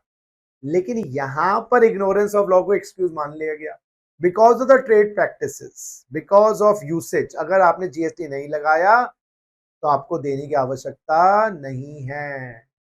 लेकिन जब गवर्नमेंट जागेगी फिर आगे से दे देना ना, पुरानी डेट से मत देना। That is the point. तो इतने सालों की जो गलती हो गई हो गई। तो we are protecting for ease of doing business, we are protecting your interest. हम आपको 5-5 साल की पुरानी डिमांडें नहीं निकालेंगे। तो क्या लिखा है, गवर्नमेंट के पास ये पावर है not to recover GST dues due to general practices. तो आप रीति रिवाज कह लो, कस्टम्स कह लो, यूसेज कह लो, जीएसटी नहीं लगाया तो गवर्नमेंट कहती है कोई नहीं, हम आपसे रिकवर नहीं करेंगे, आगे से दे देना, पुराना नहीं देना। लेकिन ऐसा अगर लॉ होता तो पुराना क्या सब देना पड़ता है। Overriding all other provisions of the act, non obstante clause, यही होता है overriding provisions. If the government is satisfied that a general practice was or is prevalent for not levying GST or short levying GST on a specific supply, जैसे software maintenance services हैं, उन पे GST लोग IT company ने नहीं लगाया, या जो पैकेजिंग चार्जेस होते हैं स्पेसिफिक इंडस्ट्री में, कहीं की जगह नहीं लगता था जीएसटी, स्पेसिफिकली टेक्सटाइल इंडस्ट्रीज में। तो ऐसी बहुत प्रथाएं हैं जहां पर यूसेज के हिसाब से नहीं लगाया गया। तो गवर्नमेंट ने पावर रखी है कि भाई हम आपकी पुराने जीएसटी जितना भी दिनों नहीं लगाया उसको माफ कर देंगे, आगे से दे देना। कम से कम रेट्रोस्पेक्टिवली डिमांड्स आपके ऊपर क्रिएट नहीं होंगी, कि एक बंदे की गलती नहीं है, पूरी इंडस्ट्री ने, उस पूरे व्यापारी लोगों ने नहीं लगाया, किसी ने, सभी को बाहर कोई डालोगे। समझ रहे मेरी बात? तो एक जनरल प्रैक्टिस थी ना लगाने की या कम लगाने की। And such supply should have been liable to GST, या हायर जीएसटी लगना चाहिए था तो सही। गवर्नमेंट क्या कहेगी, on the recommendation of the council government एक नोटिफिकेशन लाएगी, यस द टैक्स फुल्ली और partly that should have been levied need not be paid for such supplies if the tax was not levied और short levied due to general practice. तो general practice के कारण किसी व्यक्ति विशेष को benefit नहीं देना है, पूरी इंडस्ट्री को बेनिफिट देना है। So protects taxpayer who follow industry wide और ट्रेड वाइड प्रैक्टिसेस। एक बंदे ने फॉलो किया क्योंकि सभी फॉलो कर रहे थे। And if the later on found out to be incorrect, तो आप ignorance of law is an excuse, तो यहां पर इग्नोरेंस ऑफ लॉ को एक्सक्यूज मान लिया गया। जनरली हम ये पढ़ते हैं लॉ के अंदर, ignorance of law is not an excuse, यहां पर आपने इग्नोरेंस ऑफ लॉ को एक्सक्यूज मान लिया गया। तो नोटिफिकेशन लाकर आपको लायबल नहीं किया जाए, एक टाइम बना देंगे कि इस डेट से इस डेट तक आप लायबल नहीं हो। चलिए, पुरानी डिमांडें नहीं खड़ी करेंगे आप। हाँ जी बेटा, बेटा जी गवर्नमेंट की सर्विसेज हमने पढ़ा था। अब क्या करने वाले हैं, एग्जेम्पशंस की बात कर रहे हैं ना, एग्जेम्पशन स्टार्ट कर दी। तो हमने पढ़ा था गवर्नमेंट की सर्विसेज एग्जेम्प्ट होती हैं, उसमें central government, state government, local government, union territory आती है। लोकल गवर्नमेंट में डीडीए नहीं आएगी, DDA is not a local authority, DDA is not a local authority. Local authority में panchayat, municipal corporation, municipalities, district boards, cantonment board वो आते हैं। तो डीडीए जो है ना is not a local authority. Yes, तो इसकी सर्विसेज टैक्सेबल होंगी, तो DD is not a local. Next आता है affiliation services, education sector. Education sector में बेटा बहुत सारी सर्विसेज, यस, एजुकेशन सेक्टर में बहुत सारी सर्विसेज की हमने बात करी है। हमने वो उनकी 2 आउटपुट सर्विस एग्जेम्प्ट करी थी और 5 इनपुट सर्विस एग्जेम्प्ट करी थी, याद आ गया? बोलो हाँ या ना, जल्दी बोलो जी बेटा। चलिए दोबारा से रिपीट करते हैं। क्या है, जो कॉलेजेस होते हैं यूनिवर्सिटी से एफिलिएटेड होते हैं, कॉलेजेस यूनिवर्सिटी से एफिलिएटेड होते हैं, और स्कूल्स जो ये सेंट्रल बोर्ड और स्टेट बोर्ड्स होते हैं उनसे एफिलिएटेड होते हैं। वो एफिलिएशन फीस देनी पड़ती है भाई, पंजीकृत होने के लिए पैसा तो लगेगा ना। तो चेंजेस क्या है, हमने पहले भी पढ़ा था, जो सरकारी स्कूल को पंजीकरण लेने के लिए बोर्ड को पैसे देने पड़ते हैं, वो बोर्ड जीएसटी चार्ज नहीं करेंगे एफिलिएशन फीस पर। दोबारा से, एफिलिएशन फीस पर जीएसटी लगता है। तो चेंज क्या है, सरकारी स्कूल्स को जब एफिलिएट किया जाता है उसकी एफिलिएशन फीस पे जीएसटी नहीं। क्लियर? पढ़िए, यूनिवर्सिटीज कॉलेज को एफिलिएशन देती है, पंजीकरण देती है, वो टैक्सेबल सर्विस है, वो एडमिशन या एग्जाम से रिलेटेड नहीं होती, तो उस पर जीएसटी लगता है। सो हंसराज कॉलेज, दिल्ली यूनिवर्सिटी ने एफिलिएशन फीस ली 1 लाख रुपए साल, जीएसटी लगेगा। लेकिन जो ये बोर्ड्स और काउंसिल सरकारी स्कूल को एफिलिएशन देते हैं, केंद्रीय विद्यालय है ना, उसकी एफिलिएशन फीस पर जीएसटी नहीं है। So exempts under entry 66A of the exemption notification. लेकिन अगर वो स्कूल किसके द्वारा ओन्ड हो, central government, state government, union territory, local authority, government authority और गवर्नमेंट एंटिटी, तो सरकारी स्कूल्स की एफिलिएशन पे जीएसटी नहीं है। तो मैं बोलूं सरकारी कॉलेज है या प्राइवेट कॉलेज है, इनसे एफिलिएशन फीस रिकवर, जीएसटी लगेगा। नॉन गवर्नमेंट स्कूल्स हैं, इनकी एफिलिएशन फीस है, सीबीएसई ले रहे हैं, लगेगा। गवर्नमेंट स्कूल्स हैं, इनकी एफिलिएशन फी चार्ज की जा रही है इनसे, वहां पर जीएसटी नहीं। चलिए गाइस आगे बढ़ते हैं। अकोमोडेशन सर्विसेज की एक नई एग्जेम्पशन आई है। हमने क्या पढ़ा था सर, होटल की सर्विसेज, कैंप की सर्विसेज, गेस्ट हाउस की सर्विसेज, मोटल की सर्विसेज, 1000 रुपए से नीचे का रूम रेंट हो, 1000 से ऊपर का हो, टैक्सेबल। पढ़ा था ना? होटल की सर्विसेज, हाँ जी बोलो जल्दी से, होटल की सर्विसेज टैक्सेबल होती हैं, चाहे रूम रेंट कितने भी प्राइस का हो, रूम रेंट एनी प्राइस, ठीक है ना। होटल हो गया, गेस्ट हाउस हो गया, पीजी हो गया, रूम रेंट कितना भी हो, टैक्सेबल। हमने पढ़ा था residential house, residential purpose, unregistered person, residential house, residential purpose, unregistered person exempt होता है। तो आपने घर का मकान रहने के लिए, घर का मकान रहने के लिए अनरजिस्टर्ड को दिया एग्जेम्प्ट। गेस्ट हाउस ने, पीजी ने, कॉमर्शियल जो एंटिटीज होती हैं उन्होंने दिया रूम 1000 से नीचे, 1000 से ऊपर टैक्सेबल।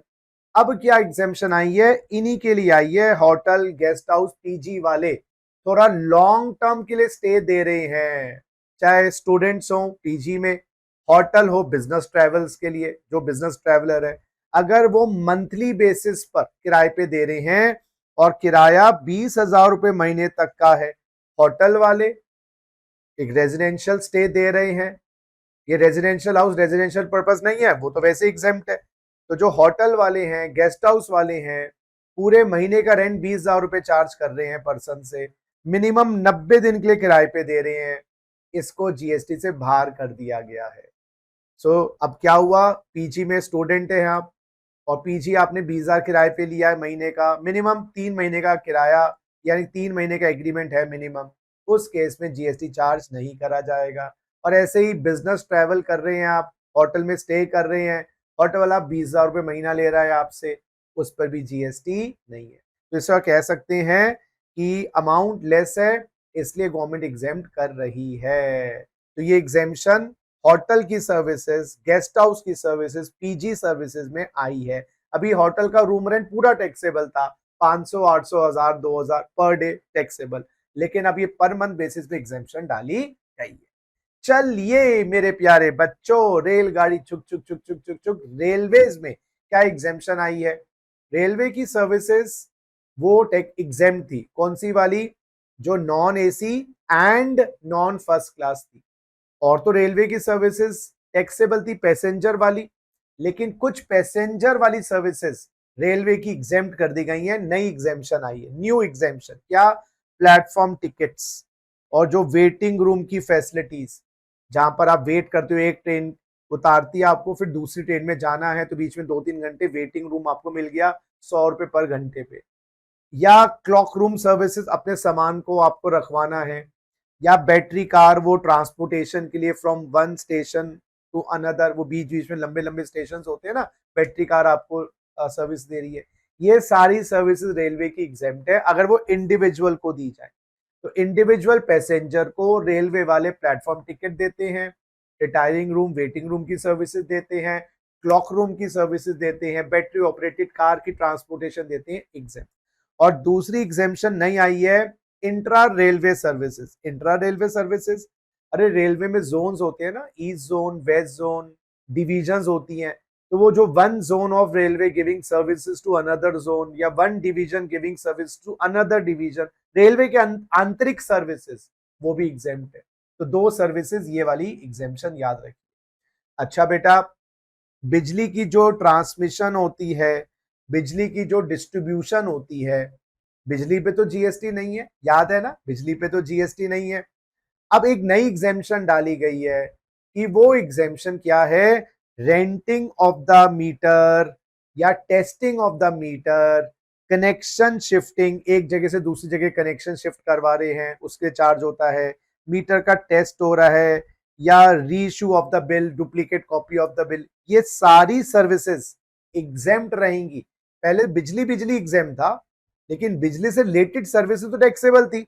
अब ये सारी सर्विसेज एग्जेम्प्ट कर दी गई हैं, renting of the meter, testing, metering equipment का किराया, कनेक्शन को शिफ्ट करने का किराया, मीटर को टेस्ट करने के चार्जेस, या बिल को रीइश्यू करने के चार्ज। ये दे कौन रहा है बेटा? Electricity distribution and transmission utilities. And बोल रहा हूं, एंड पहले ये लिखा था लॉ में, electricity distribution and transmission utilities, अब बीच में और डाल दिया गया है। सर दोनों में क्या फर्क है बेटा? डिस्ट्रीब्यूशन यूटिलिटीज तो बीएससीएस है, एनडीपीएल है, न्यू दिल्ली पावर लिमिटेड, ये बीएससीएस, टाटा पावर, आपकी भी स्टेट में। डिस्ट्रीब्यूशन यूटिलिटीज कौन सी होती है सचिन सर? अरे जो मीटर लगाती है तुम्हारे घर में। और सर ट्रांसमिशन यूटिलिटीज जैसे पावर ग्रिड, पावर ग्रिड वो क्या काम करती है? बिजली को ट्रांसमिट करती है from one place to another, वो बड़े बड़े तारों के थ्रू, मोटी मोटी हाई वोल्टेज वायर्स के थ्रू ट्रांसमिट करती है। तो क्या बात करते हैं, बारे समझते हैं। देखो जी, बीएससीएस वाले या पावर ग्रिड वाले अगर ये सर्विसेज दें तो एग्जेम्प्ट है। पहले क्या था? डिस्ट्रीब्यूशन एंड पावर लिखा था, दोनों इकट्ठे हो, वो डिस्ट्रीब्यूट भी करे और ट्रांसमिट भी करे, लेकिन अब और कर दिया। तो पावर ग्रिड ये सर्विसेज दे, पावर ग्रिड, या ये सर्विसेज बीएससीएस और NDPL they, that will be exempt. फिर आते हैं जी बेटा शोध, रिसर्च की सर्विसेज। कौन रिसर्च कर रहा है? रिसर्च कर रहा है सरकारी एंटिटी या एक ऐसी इंस्टीट्यूशन जो इनकम टैक्सेस सेक्शन 35 में कवर्ड है या रजिस्टर्ड है, या जो आती है, वो एंटिटीज रिसर्च करती हैं और उनको बदले में ग्रांट्स मिलते हैं, उनकी रिसर्च एक्टिविटीज भी एग्जेम्प्ट है।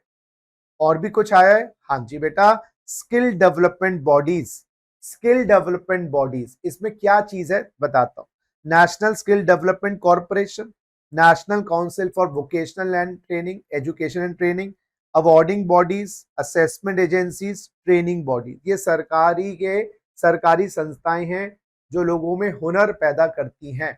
बेटा ये vocational educational course run by industrial training institute and industrial training centre, courses की बात नहीं है। कोर्सेज की बात तो एजुकेशन में आ गई थी, याद करना, एजुकेशन सर्विसेज, जहां पर स्कूल्स इंक्लूडिंग प्ले स्कूल्स और institution providing degree under any law, और तीसरी बात vocational educational courses by vocational education institutes, वो कोर्सेज की बात नहीं हो रही है। यहां पर क्या आ रहा है, स्पेसिफिक बात है, ये सारी एंटिटीज क्या सर्विस दे रही हैं? नेशनल स्किल डेवलपमेंट प्रोग्राम के अंतर्गत vocational skill courses under the skill certification and monetary reward scheme, ये वाले कोर्सेज, वो अलग कोर्सेज है, ये अलग कोर्सेज है। And qualification aligned with the national skill qualification. Sir ये क्या याद करवाएंगे, कैसे याद करेंगे?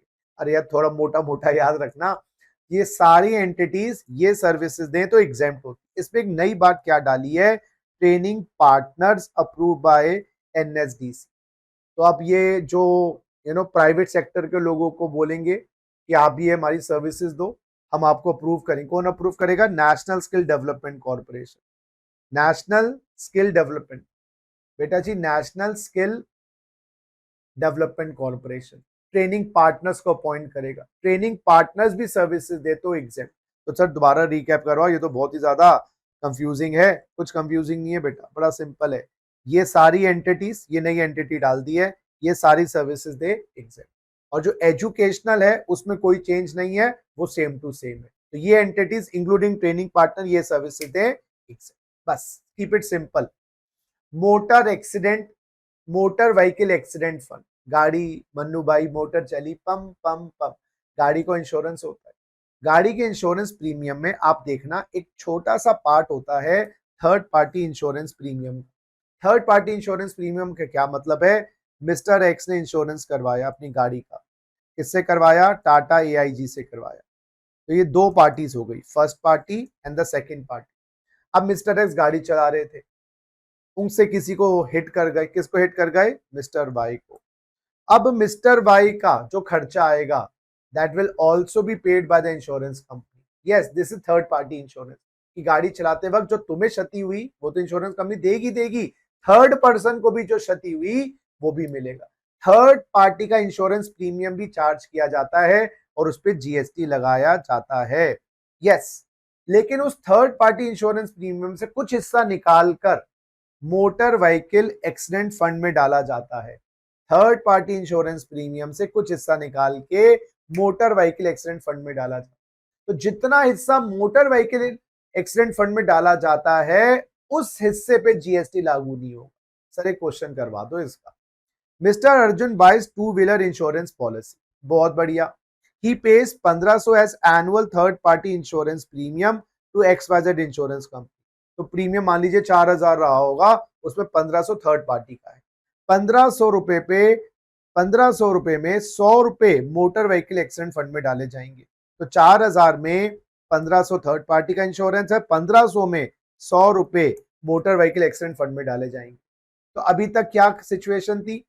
पूरे 1500 रुपए पे लगेगा तो जीएसटी पूरे 4 पे, लेकिन मैं अब तो खाली अभी थर्ड पार्टी प्रीमियम की बात कर रहा हूं। पूरे 1500 इंक्लूडिंग 100 पे जीएसटी था, जितना भी लगा दिया। लेकिन अब नया प्रोविजन 16 जनवरी 25 ऑनवर्ड्स, वो जो 100 रुपए थर्ड पार्टी इंश्योरेंस प्रीमियम से निकाल के मोटर व्हीकल एक्सीडेंट फंड में डाले जाएंगे, उस पे जीएसटी नहीं लगेगा। यानी कि GST will now B charge on third party premium excluding the amount जो मोटर व्हीकल एक्सीडेंट फंड में डाला जाएगा, 1400 पे लगेगा। तो टोटल प्रीमियम जो पहले जो भी था उस पे भी लगेगा, उसमें से जो थर्ड पार्टी प्रीमियम है उस पे भी लगेगा। थर्ड पार्टी प्रीमियम से जो अमाउंट निकाल के मोटर व्हीकल एक्सीडेंट फंड में डाला जाएगा, क्योंकि मोटर व्हीकल एक्सीडेंट फंड की सर्विसेज एग्जेम्प्ट कर दी गई हैं, तो वो जो प्रीमियम निकाल के दिया जाएगा उस पे जीएसटी लागू नहीं होगा। क्लियर बात? चलो जी, ये तो टेक्निकल सी बात है बेटा। जो म्युनिसिपल कॉर्पोरेशन को सर्विसेज दी जाती हैं जैसे क्लीनिंग की, उनके हेडक्वार्टर्स की, एमसीडी का एक छोटी स्पेसिफिक बात आई है। तो म्युनिसिपल कॉर्पोरेशन ऑफ दिल्ली के हेडक्वार्टर्स में जो क्लीनिंग की सर्विस ली जा रही है, हॉर्टिकल्चर, उनका जो गार्डन है उसको मेंटेन किया जा रहा है, जो एजेंसी उनको सर्विसेज दे रही है, that will be taxable. That will be taxable. पहले क्या था? वो म्युनिसिपल फंक्शंस आर्टिकल 243W में कवर्ड नहीं है। Services to local bodies and the वो सर्विसेज अगर आर्टिकल 243W में कवर्ड होती थी दैट वर एग्जेम्प्ट। बट अगर ये सर्विसेज हम जो म्युनिसिपल कॉर्पोरेशन के हेडक्वार्टर्स को दे रहे हैं, that is not as article 243W services and that will be taxable. चलिए समझते हैं सारी की सारी अमेंडमेंट्स एक बार जल्दी से। Exemption chapter. पहली बेटा, अगर प्रैक्टिसेस के कारण, यूसेज के कारण जीएसटी नहीं लगा है, नोटिफिकेशन लाकर एग्जेम्प्ट कर देंगे, बोल देंगे आगे से दे देना, रेट्रोस्पेक्टिवली नहीं। डीडीए लोकल अथॉरिटी नहीं है, उनकी सर्विस टैक्सेबल है। गवर्नमेंट स्कूल की एफिलिएशन फीस पे जीएसटी नहीं है। और बेटा होटल की सर्विसेज गेस्ट हाउस की टैक्सेबल नहीं है। अगर 20,000 रुपए महीने का किराया है 3 महीने के लिए दी जाए। रेलवे की सर्विसेज इंडिविजुअल को दी जाए एग्जेम्प्ट प्लेटफॉर्म फीस वाली, और intra railway service from one division to another division, one zone to another exempt. ये इलेक्ट्रिसिटी डिस्ट्रीब्यूशन और यूटिलिटी एंटिटीज और डिस्ट्रीब्यूशन एंटिटीज और ट्रांसमिशन एंटिटीज, ये सर्विसेज एग्जेम्प्ट। रिसर्च की सर्विसेज गवर्नमेंट एंटिटी दे या रिसर्च इंस्टीट्यूशंस दे एग्जेम्प्ट। स्किल डेवलपमेंट सर्विसेज में ट्रेनिंग पार्टनर भी सर्विसेज दें exempt. And my dear friends, motor vehicle accident fund का जो सर्विसेज है वो एग्जेम्प्ट है। थर्ड पार्टी प्रीमियम से जो amount motor vehicle accident fund में डाला जाएगा उस पर जीएसटी चार्ज नहीं किया जाएगा। And that's all about it. और एमसीडी के जो हेडक्वार्टर को सर्विस दी जा रही है that is taxable by the entity. E way bill मेरे प्यारे बच्चों कोई मेजर बात नहीं है। ई वे बिल अगर वॉलंटरली इशू करना चाहो इशू किया जा सकता है, क्योंकि हमने पढ़ा था कि वहां पर जो कंसाइनमेंट वैल्यू है वो मिनिमम 50,000 की होनी चाहिए। तो 50 से नीचे हो आप वॉलंटरली इशू कर सकते हो। अब उस बात को लिख दिया गया है रूल के अंदर, बस पहले लिखा हुआ नहीं था, ठीक है। और दूसरी बात, जो हैंडीक्राफ्ट गुड्स ट्रांसफर करवाते हैं वन स्टेट टू अनदर, वहां पर हम आपको मैंडेटरी रजिस्ट्रेशन नहीं देते ना। Inter state transfer of handicraft goods हम आपको मैंडेटरी रजिस्ट्रेशन नहीं देते, वहां पर ई वे बिल जनरेट करना पड़ता है। इस बात को भी लिख दिया गया है formally. So this things which we knew has now been written of expressly under the e way rules. तो आप क्या करोगे उसमें, यूनिक एनरोलमेंट नंबर के लिए अप्लाई करोगे। इसके लिए अप्लाई करोगे unique enrolment number. Inter state supply of handicraft goods and voluntary E way bill generate करने के लिए apply for unique enrolment number, that's it. Payment of GST, इसमें कोई मेजर चेंज नहीं है। रूल 88 भी हमने पढ़ा था, इंटरेस्ट कैलकुलेशन के लिए होता है। और इंटरेस्ट कैलकुलेशन में हमने पढ़ा था जो amount payable by cash ledger होता है। यस, जैसे अगर आपका इलेक्ट्रॉनिक लायबिलिटी रजिस्टर में जीएसटी पेबल है 1 लाख का और इलेक्ट्रॉनिक क्रेडिट लेजर में आपका अमाउंट है 80,000 का, तो इलेक्ट्रॉनिक कैश लेजर से आपको बिडू पे करना है 20,000 रुपए। तो आपका जो जीएसटी लायबिलिटी है, non payment of GST by the due date, वो 20,000 पे आने वाली है, हाँ या ना।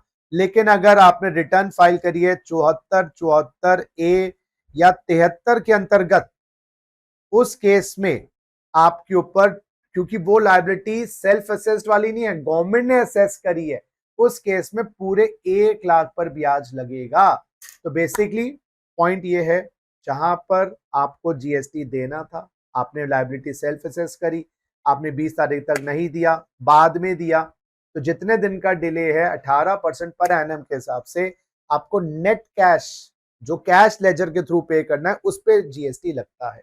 लेकिन जहां पर धोखाधड़ी है, फ्रॉड है या मिस्टेक है, जो आपके ऊपर कार्रवाई 73, 74 या 74A की स्टार्ट हो गई है, उस केस में आपको कैश लेजर के अमाउंट पे डिले का नहीं देना है, टोटल लायबिलिटी जो क्रिएट करी गई होगी आपके ऊपर, उस पे आपको जीएसटी का ब्याज देना पड़ता है, नॉन पेमेंट का 18%। क्लियर है बात। तो जहां वॉलंटरली होता है, आप कैश लेजर के अमाउंट पे इंटरेस्ट लेट पेमेंट का पे करते हो 18% के हिसाब से। और जहां पर मेरे प्यारे बच्चों 73, 74 या 74A लगता है, वहां पर लायबिलिटी क्रिएट जो की जाती है, उस पर टोटल लायबिलिटी पे आपको इंटरेस्ट ऑन लेट पेमेंट देना पड़ता है। और 74A सेक्शन यही है कि अब गवर्नमेंट ने एक नया सेक्शन इंट्रोड्यूस किया है, तो वो 74A को भी 88B में डाला है। क्लियर है ना बात। एक बार और कर दूं last time, whenever you need to calculate interest for delay in payment of GST, that is paid on the cash ledger amount which you need to pay. But my dear friends, if you are paying the GST because of the initiation of the proceedings under 73, 74, 74A, then you have to pay the GST on the entire liability amount. This 74A is newly inserted along with 73 and 74. Technical बात। Next आता है बेटा TCS का rate बदल गया है from 10th of July 2024. The earlier the rate was 1%, 0.5% CGST, 0.5% SGST. Now the rate is reduced to only 0.50%, 0.25% CGST or 0.25% SGST. Obviously, if IGST is applicable, then the rate will be 0.5 IGST. So rate has been reduced to half with effect from 10th of July 2024. Now let's come to the end of the amendments, returns and some changes in the GST rules. जो GSTR 7 return होती है, TDS डिडक्टर्स file करते हैं, वो बेटा किसी भी महीने मान लीजिए टीडीएस नहीं बनता सरकारी विभाग का, जो ठेकेदार को पेमेंट देनी है, नहीं करी उस महीने कोई पेमेंट, ना कोई अमाउंट क्रेडिट किया, तो वो कौन सा महीना है, मई 2025 का, क्या GSTR 7 फाइल करनी पड़ेगी? यस। तो ये बात लिखी है, हर महीने की टीडीएस डिडक्टर को, जो टीडीएस डिडक्टर सेक्शन 51 में होता है, GSTR 7 फाइल करनी होती है by the 10th of the next month. किसी महीने टीडीएस काटा है, नहीं काटा है, फिर भी रिटर्न फाइल करनी है। तो पहले ये आ रहा था कि जिस महीने टीडीएस कटा है उसी महीने के रिटर्न जाएगी, पहले लॉ में ये था। तो अब उस महीने टीडीएस कटा ना भी हो, उस महीने की नील रिटर्न कर देना। बेटा जी कॉम्पोजिशन वालों की रिटर्न फाइल होती है GSTR 4 के अंदर, बोलो हाँ या ना। एनुअल रिटर्न होती है 30 अप्रैल of the next financial year. तो 24-25 की कब तक जाएगी सर? 30 अप्रैल 25, हाँ या ना। उसको एक्सटेंड कर दिया है with effect from 24-25, now 30 June time limit कर दी है। तो 24-25 ऑनवर्ड्स जो टाइम लिमिट था 30 अप्रैल 25, अगर हम 24-25 की बात करें, 23-24 तक तो वही प्रोविजन रहेंगे, 30 April the next financial year. 24-25 onwards, अब 30 अप्रैल के लिए हम आपको 2 महीने एक्स्ट्रा और टाइम दे रहे हैं, 30 जून 2025। 24-25 के लिए नहीं है ये, 24-25 ऑनवर्ड्स, यानी कि डेट को लीगली एक्सटेंड कर दिया गया है फ्रॉम 24-25 ऑनवर्ड्स। अब आते हैं 88B। 88B में बेटा आपको याद होगा, अभी हम भी डिस्कस करी बात कि अगर आपके ऊपर 73, 74, 74A लागू नहीं लागू हुआ तो आपको कैश लेजर वाले अमाउंट पे GST देना है। तो मान लीजिए बेटा जी ऊपर वाला एग्जांपल ले लें, हाँ सर बेटर है, ये ऊपर वाला जो एग्जांपल था ये वाला है ना, 1,80,000 और 20, दिमाग में रखना 1,80,000 और 20। तो बेटा जी ये अप्रैल 2025 का टैक्स था, 1,80,20 पे करना था 20/5/2025 को, और आपके पास 73, 74, 74A लागू नहीं हुआ और आपने पे किया है 5 जून 2025 को। You paid it on 5 June 25। Now delay हो गया है लगभग 11 दिन मई के और 16 दिन का डिले। ब्याज लगेगा किस पर?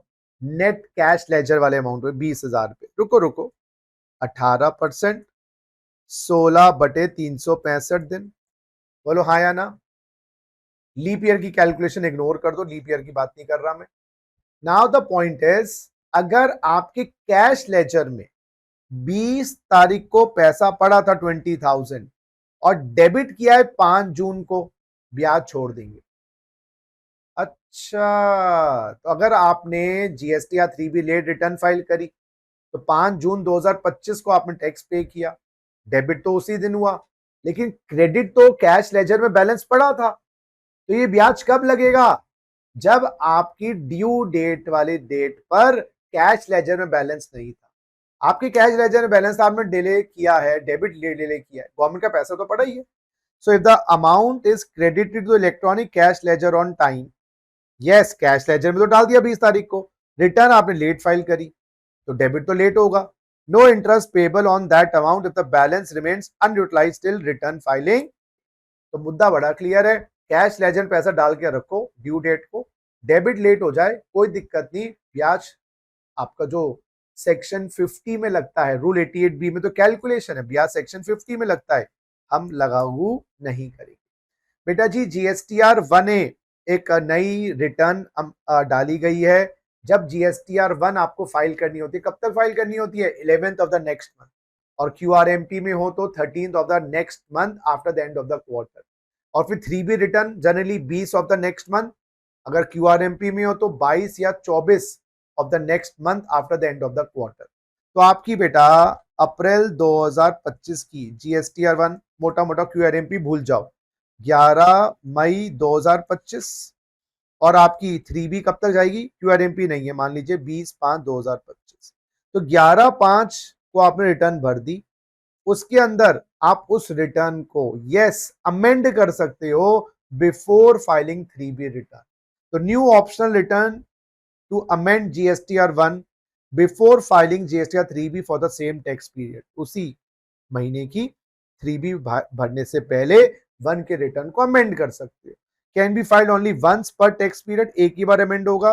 No specific due date, available from due और the actual date of GSTR 1 till actual filing of GSTR 3B। तो जब तक आप 3B फाइल नहीं करते, जब तक आप 1 को अमेंड कर सकते हो। All changes made by GSTR 1A auto populated in GSTR 3B। 3B तो कंसोलिडेटेड रिटर्न है, तो सेल्स की अमेंडेड फिगर दिखाई है तो 3B में ऑटोमेटिकली कवर हो जाएंगे। आइए जी, last but not the least, rule 59 में जो इनवॉइस रिपोर्टिंग रिक्वायरमेंट्स हैं वो चेंज कर दी गई है। पहले क्या कॉन्सेप्ट था, 2.5 लाख अनरजिस्टर्ड का कंसोलिडेशन था, वो 2.5 लाख को 1 लाख रुपए कर दिया गया है। आइए जरा समरी देख लें बच्चों। अगर जीएसटीआर 1 में रूल 59 के हिसाब से इंटरस्टेट सप्लाई करी है रजिस्टर्ड पर्सन को, चाहे 10 की हो, 10,000 की हो, 20,000 की हो, आपको एक एक इनवॉइस की डिटेल्स अपलोड करनी है GSTR 1। All the details each and every, you can consolidate. भैया रजिस्टर्ड पर्सन है ना, क्रेडिट लेना है तो 2 रजिस्टर्ड पर्सन के अमाउंट को कंसोलिडेट कैसे कर दोगे, everybody wants to take the credit. अगर इंटरस्टेट सप्लाई कर रहे हो अनरजिस्टर्ड पर्सन और 1 लाख से ऊपर का अमाउंट है तो अगेन आपको उसके इनवॉइस वाइज डिटेल्स अपलोड करनी है, समझ रहे हो।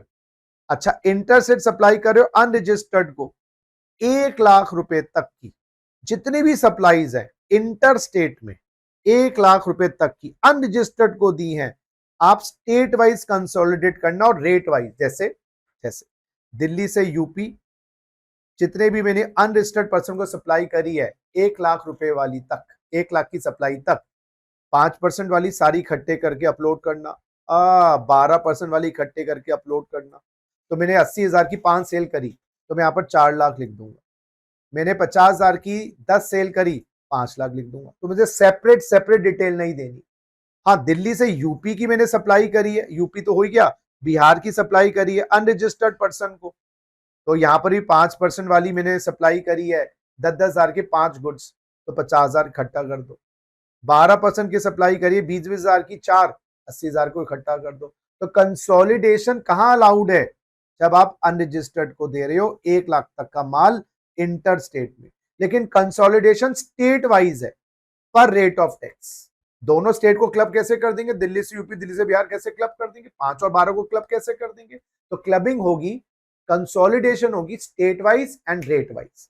अच्छा जी, अगर आप इंट्रा स्टेट रजिस्टर्ड को देते हो, इंट्रा स्टेट रजिस्टर्ड को देते हो, इंट्रा स्टेट रजिस्टर्ड को देते हो, again separate separate, no consolidation invoice wise. तो क्लियर है ना बात, रजिस्टर्ड के केस में कभी कंसोलिडेशन नहीं है। क्लियर है। अच्छा, इंट्रा स्टेट में अनरजिस्टर्ड को दे रहे हो, चाहे 1 लाख हो 1 लाख से नीचे कोई फर्क नहीं, आप कंसोलिडेशन रेट वाइज करोगे। तो दिल्ली में अगर आपने दिल्ली से दिल्ली किसी अनरजिस्टर्ड पर्सन को सप्लाई करी, किसी को 2 लाख की, किसी को 4 लाख की, किसी को 50 की, और ये रेट 12% है, इकट्ठा कर देना। तो मोटा मोटा ये बोलूं, intra state unregistered consolidated rate wise, inter state unregistered 1 lakh से ऊपर separate separate, intra state unregistered 1 lakh से ऊपर state wise and rate wise. So guys, finally समापन होता है हमारी जीएसटी की अमेंडमेंट्स का। यही अमेंडमेंट्स इंपॉर्टेंट है और सारा का सारा मैंने कवर अप कर लिया। एक बात और, जिन बच्चों का जनवरी 26 में अटेम्प्ट है, ये लोग बच्चे भी ये अमेंडमेंट्स को कर सकते हैं। ठीक है, चलिए जी गाइस, ऑल दी बेस्ट, बढ़िया से एग्जाम देने हैं, हिम्मत करके देने हैं, कॉन्फिडेंस से देने हैं, अच्छा ही होगा। मिलते हैं जल्दी।